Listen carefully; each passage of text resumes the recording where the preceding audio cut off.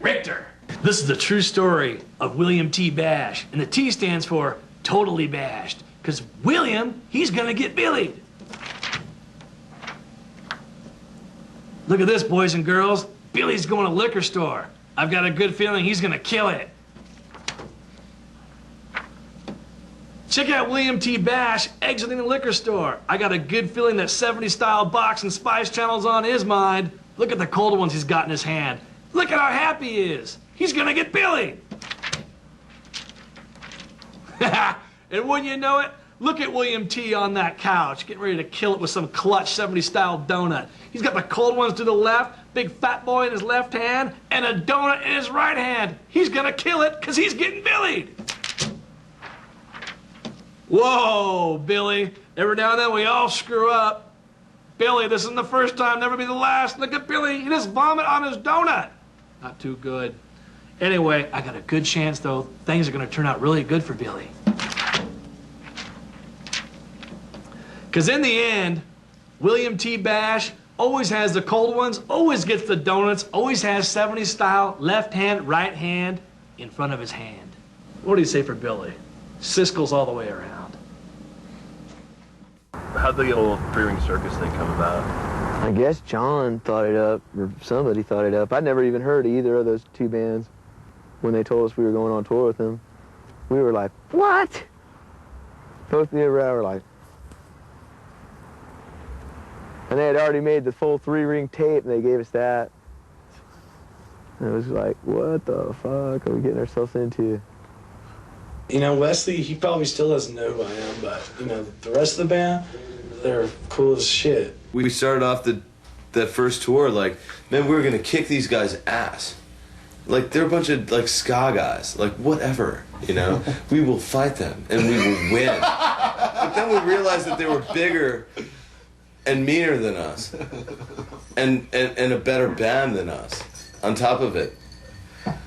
And then, you know, towards the end of the tour, we were all pretty good band. Well, actually, no, they were always better band. You know, with Wesley, obviously, it was like, holy shit, that shit was so funny. Me and that guy was classic. I will rock that sucker to the break of dawn. I'm gonna put Saddam Hussein's ass on a hell ride. I'm gonna make that sucker cry like a baby. I'm gonna whip the horse's ass so hard that motherfucking mule's gonna holler. But Wesley, we didn't get to meet Sublime in the first tour. No, I spoke to Eric actually before the gig. Yeah, I was talking to Dale before. And he was like, "Yeah, we got a tape from you from the Warped Tour, Saturday Night Fever, blah blah blah." I was like, "Yeah, we like it." Then we smoked a joint, and that was it. Yeah, I didn't get to meet him, but then Wesley was the first guy I met, and they were like, "Yeah, this is Wesley Wilson." I was like, "Oh, seriously, hey Wesley, how you doing?" It's like, "Oh, nice to meet you." He's like, "Yeah, Bump my head and say, these fucking demons, these fucking demons." The Lords, we always see them whenever we go to New York, if they come here, and yeah, it was one of the coolest tours, you know. I bet you, you know what? They tried to do it. They tried to put us in there, tried to fuck us. Like, these guys won't like anything that goes on over here. Fuck them. Put these fucking bums together. But you know what? Thanks a lot, buddy. Because it was the best fucking tour we've ever been on, that's for sure. I ever been on. Nah. And I made some good fucking friends out of it. We're all friends here.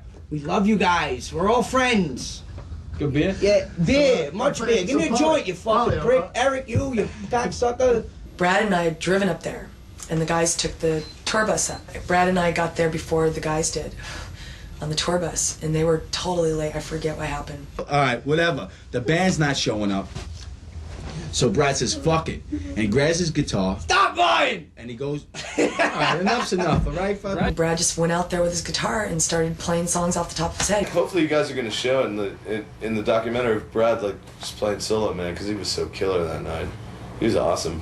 He just had shorts, no shoes on, like I'm bugging out, because you don't see that around my way. And he gets out there with the guitar. It was great. The audience loved it. And he was out there for about a half an hour, just whatever he could think up. And fucking, he comes out, he just starts playing. He says, fuck it, they're not here, so I'm gonna do my shit. And he sat there and he entertained that audience for a good hour. They went crazy. I mean, they were going nuts, man.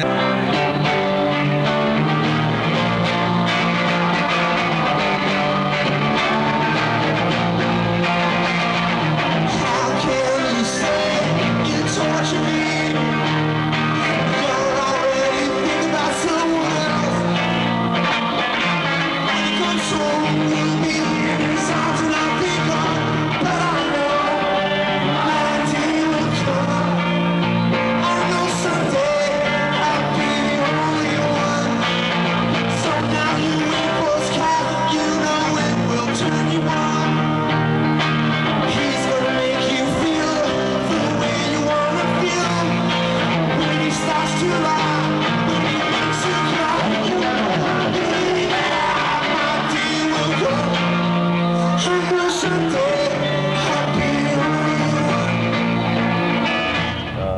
Were you in Oregon at that Denny's? Oh God, I don't know. Was I? Is there any pictures? We were in Portland, Oregon. It might have been Portland.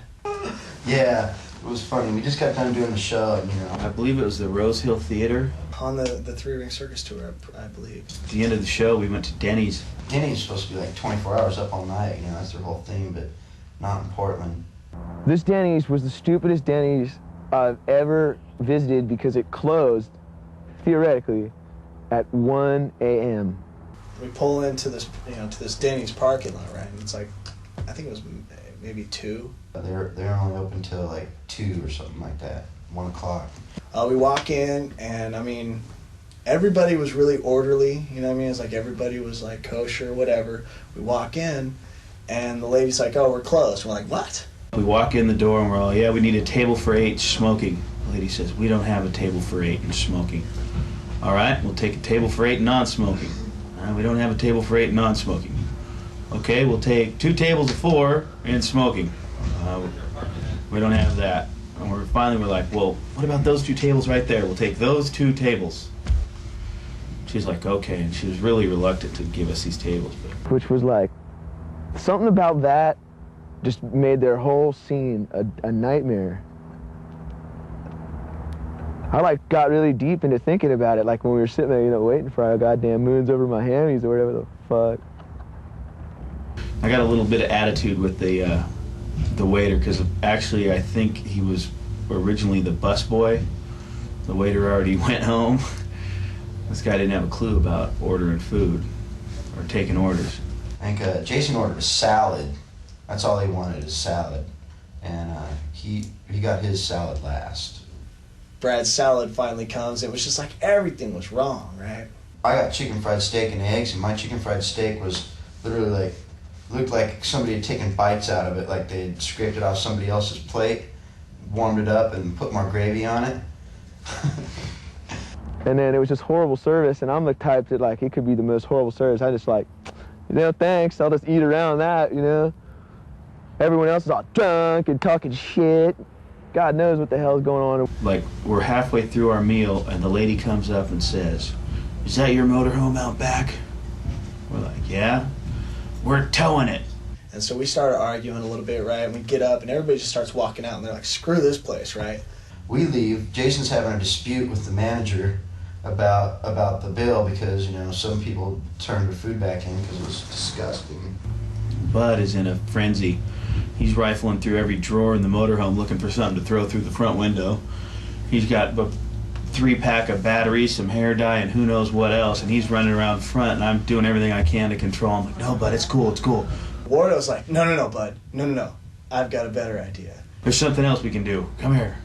They walk out, and I don't really know what's going on at this point, right? Because I'm still dealing, haggling with the broad at the counter. We just bought this RV, and the shitter was full on it, and we put enough blue stuff in there, and every time we'd go around a turn, hit the brakes, things start sloshing around and stink like funk, man. It's just this awful smelling crude. They backed the motorhome straight up to the kitchen doors in the back, right? And it was lined up right with the back door. Back door had the little vents, like about, little low, it was, right off the ground. I take the cap off and I pull the plunger. Wardo went back and opened the valve on the shitter. And I was completely surprised. That stuff just rifled the back door with some serious force. It scared me. I closed it real quick. And Bud's all, "No, fuck that. Pull that handle." So I pull it again. Just shot shit, fucking piss, and that blue shit that cleans it out, all into their back door, just like